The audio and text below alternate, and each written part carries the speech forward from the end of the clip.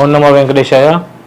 ఈ యొక్క క్రోధనామ సంవత్సరంలో ధనుసు రాశి వాళ్ళకి ఆదాయం 11, వ్యయం 5, రాజపూజ్యం 7, అవమానం 5 అండి.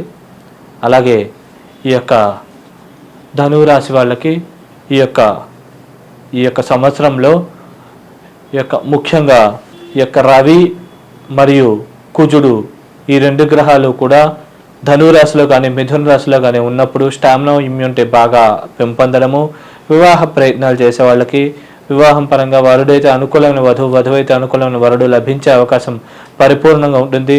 దశలు అంతర్దశలు కూడా ఇవి నడిస్తే కనుక ఈ ప్రభావాలు ఇంకా ఎక్కువగా ఉంటాయి. ముఖ్యంగా ధనుర్లగ్నానికి శుభులైనటువంటి గురు, కేతు, కుజ, రవి దశలు అంతర్దశలు నడిచినట్లయితే కనుక వివాహ ప్రయత్నాలు చేసే వాళ్ళకి 100% వివాహం అయ్యే అవకాశం ఉంటుంది. ముఖ్యంగా కుజదశ అంతర్దశలు నడిచినట్లయితే కనుక ఈ ప్రభావాలు ఇంకా ఎక్కువగా ఉంటాయి. కుజుడు గోచార రీత్యా ఈ యొక్క ధనురాశిలో కానీ మిథున రాశిలో కానీ సంచరించినప్పుడు ఈ ప్రభావాలు ఇంకా ఎక్కువగా పొందగలిగే అవకాశం పరిపూర్ణంగా ఉంది. అలాగే రవికుజులు ఈ యొక్క 2, 8 అనగా మకర, కర్కాటకాల్లో సంచరిస్తున్నప్పుడు కొద్దిగా కోర్టు మరియు న్యాయ సంబంధమైన విషయాల్లో, లీగల్ విషయాలు అన్నింటిలో కూడా అనుకూలమైన ఫలితాలు, తీర్పులు ఇట్లాంటివి వచ్చే అవకాశం ఉంటుంది. కుటుంబాభివృద్ధి బాగా పెంపొందుతుంది మరియు ఆకస్మికమైన ధనపరమైన విజయాలు సాధించే అవకాశం ఉంటుంది. సంఘంలో పేరు ప్రతిష్టలు, గౌరవ మర్యాదలు, పలుకుబడి ఇట్లాంటివి బాగా పెరిగే అవకాశాలు పరిపూర్ణంగా ఉన్నాయి. కాబట్టి ఈ సమయాన్ని బాగా ఉపయోగించుకుంటే మంచిది. అలాగే ఆకస్మికంగా కోర్టుకు సంబంధించిన విషయాల్లో అనూహ్యమైన శుభ పరిణామాలు వచ్చి అనుకూలమైన తీర్పులు వచ్చే అవకాశం ఉంటుంది. ఆకస్మిక ధన ప్రాప్తి, లాటరీలు, షేర్లు ఇట్లాంటి వాటిల్లో కూడా కొద్దిగా ధనం లభించే అవకాశం పరిపూర్ణంగా ఉంటుంది. ముఖ్యంగా ఈ యొక్క రవి కుజులు ఈ యొక్క 2, 8 సంచరిస్తున్నప్పుడు. అలాగే ఈ యొక్క రవి కుజులు 3, 9 అనగా కుంభ మరియు సింహరాశుల్లో సంచరిస్తున్నప్పుడు కొద్దిగా గవర్నమెంట్కి సంబంధించిన ఉద్యోగాల కోసం ప్రయత్నించే వాళ్ళకి గవర్నమెంట్కి సంబంధించిన ఉద్యోగాలు పరిపూర్ణంగా లభించే అవకాశం ఉంటుంది. అలాగే నిల్వధనము, సేవింగ్స్ బాగా పెరుగుతాయి. సోదరి వర్గీయుల సహాయ సహకారాలు, బంధువర్గీయుల సహాయ సహకారాలు కూడా పరిపూర్ణంగా లభిస్తాయి. సభలలో బాగా ప్రసంగించగలుగుతారు. సోదరుల యొక్క సహాయ సహకారాలు పరిపూర్ణంగా లభిస్తాయి. తండ్రి యొక్క సహకారాలు కూడా పరిపూర్ణంగా లభిస్తాయి. అలాగే అనుకోని విధంగా అదృష్టం కొలిసొచ్చి మీరు ఏదైతే అనుకున్నారో ఆ పనులు చేయడానికి తగ్గ పరిస్థితులు తొందరగా ఏర్పడే అవకాశం పరిపూర్ణంగా ఉన్నది.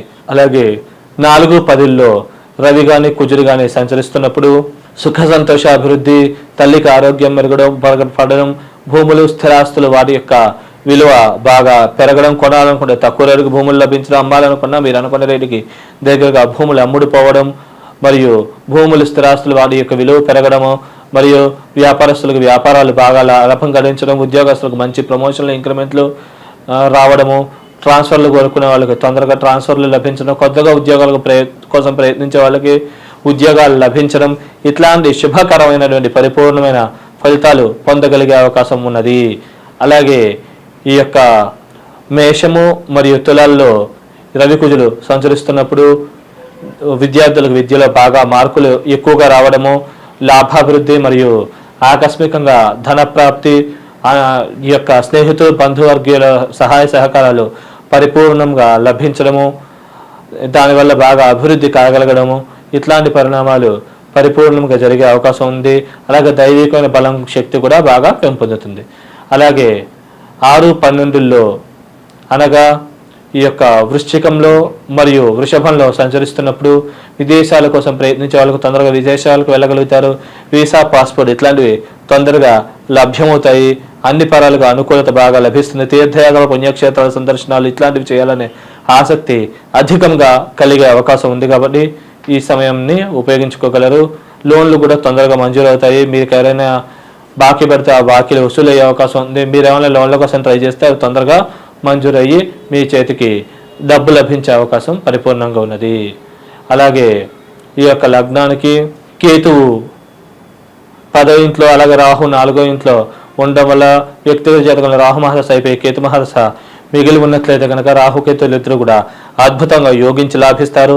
మంచి శుభకరమైన ఫలితాలను ఇస్తారు.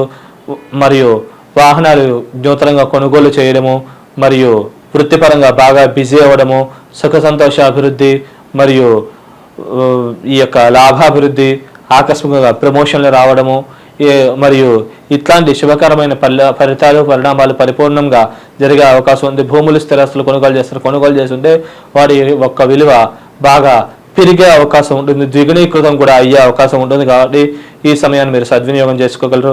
ఒకవేళ వ్యక్తిగత జాతకంలో కనుక ముందుగా మీకు రాహు మహాదశ అయిపోకుండా కేతు మహాదశ ముందు అయిపోయి రాహు మహాదశ తర్వాత వచ్చినట్లయితే వాహన గండాలకి ప్రమాదాలకు గురయ్యే అవకాశం ఉంది. ఉద్యోగపరంగా చికాకులు, మానసిక ఒత్తిడి, టెన్షన్స్ అధికంగా ఉండే అవకాశం ఉంది. కాబట్టి ఈ విషయాన్ని జాగ్రత్తగా గమనించగలరు. లేకుంటే ఇబ్బందులు, సమస్యలు తలెత్తే అవకాశం ఉన్నది. కాబట్టి ఈ విషయాల్లో జాగ్రత్తగా అప్రమత్తంగా ఉంటే అన్ని పనులకు కూడా మంచిది. అలాగే ఈ యొక్క గురువు 6వ ఇంట్లో ఈ లగ్నానికి సంచరిస్తుండడం వల్ల శత్రురోగ రుణాధిపతులు చాలా తక్కువగా ఉంటాయి. లోన్లు తొందరగా మంజూరవుతాయి. రావాల్సిన ధనం ఎవరికైనా మీకు ఎవరైనా ధనం బాకీ పడితే కనుక ఆ బాకీలు వసూలయ్యే అవకాశం ఉంటుంది. అలాగే చేసే వ్యయం సద్వ్యయం అవుతుంది. తీర్థయాత్ర, పుణ్యక్షేత్ర సందర్శనాలు అధికంగా చేస్తారు. అలాగే మీరు లోన్ల కోసం ట్రై చేస్తే తొందరగా లోన్లు మంజూరవుతాయి. అలాగే మీరు తీర్చాలనుకున్నా కూడా తొందరగా బకాయి పడిన బాకీలు తొందరగా తీర్చగలుగుతారు. విదేశాల కోసం ప్రయత్నించే వాళ్ళకి వీసా, పాస్పోర్ట్ తొందరగా మంజూరవుతుంది. తొందరగా విదేశాలకు వెళ్ళగలుగుతారు. అక్కడ కూడా సక్సెస్ అవ్వగలిగే అవకాశాలు బాగా ఎక్కువగా ఉన్నాయి. వృత్తిపరంగా వృత్తి స్థానాన్ని గురువుడు చూడడం వల్ల తొందరగా ప్రమోషన్లు, ఇంక్రిమెంట్లు తొందరగా వచ్చే అవకాశం ఉంటుంది. అలాగే ధనాభివృద్ధి, కుటుంబాభివృద్ధి కూడా బాగా జరిగే అవకాశం పరిపూర్ణంగా ఉన్నది. అలాగే ఈ లగ్నానికి పాపైన 3వ స్థానంలో సంచరిస్తుండడం వల్ల కొద్దిగా సోదరి వర్గీయులతో చిన్న చిన్న విభేదాలు, సమస్యలు తలెత్తే అవకాశం ఉంది. డబ్బు ఖర్చులు అధికంగా ఉంటాయి.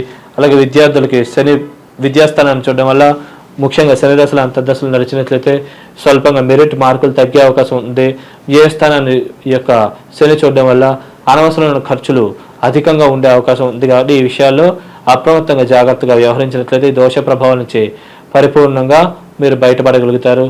అలాగే ఈ లగ్నానికి పాపే అయినటువంటి చంద్రుడు మరియు బుధ, శుక్రులు కొద్దిగా అప్పుడప్పుడు చిన్న చిన్న ఇబ్బందులు క్రియేట్ చేసే అవకాశం ఉంది. అలాగే చంద్రుడు కానీ బుధ, శుక్రులు లగ్నంలో సంచరిస్తున్నప్పుడు స్టామినా, ఇమ్యూనిటీ స్వల్పంగా తగ్గడం, అలాగే 7లో సంచరించిన ఇదే ఫలితాలు ఎక్కువగా జరిగే అవకాశం ఉంది. వివాహ ప్రయత్నాలు చేసే వాళ్ళకి వివాహపరమైన ఆలస్యాలు ఇట్లాంటివి జరిగే అవకాశం ఉంది. కాబట్టి ఈ విషయాల్లో జాగ్రత్తగా అప్రమత్తంగా వ్యవహరిస్తున్నట్లయితే దోష ప్రభావం నుంచి బయటపడగలుగుతారు. అప్పుడప్పుడు స్వల్పంగా వాహన గండాలు కూడా గురయ్యే ప్రమాదం ఉంది. ముఖ్యంగా శుక్రుడు సంచరించినప్పుడు ఈ ప్రభావాలు ఇంకా ఎక్కువ ఉంటాయి.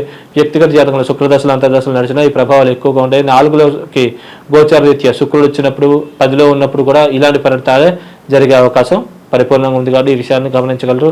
అలాగే బుధ, శుక్రుడు 2, 8లో అనగా ఈ యొక్క కర్కాటకంలో మరియు మకరంలో సంచరిస్తున్నప్పుడు కొద్దిగా ఈ యొక్క చంద్రుడు కూడా సంచరిస్తున్నప్పుడు ఈ యొక్క న్యాయపరమైన కోర్టు సంబంధమైన విషయాల్లో వ్యతిరేక తీర్పులు వచ్చే అవకాశం ఉంది. ముఖ్యంగా బుధుడు ఉన్నప్పుడు ఈ ప్రభావాలు ఇంకా ఎక్కువగా ఉంటాయి.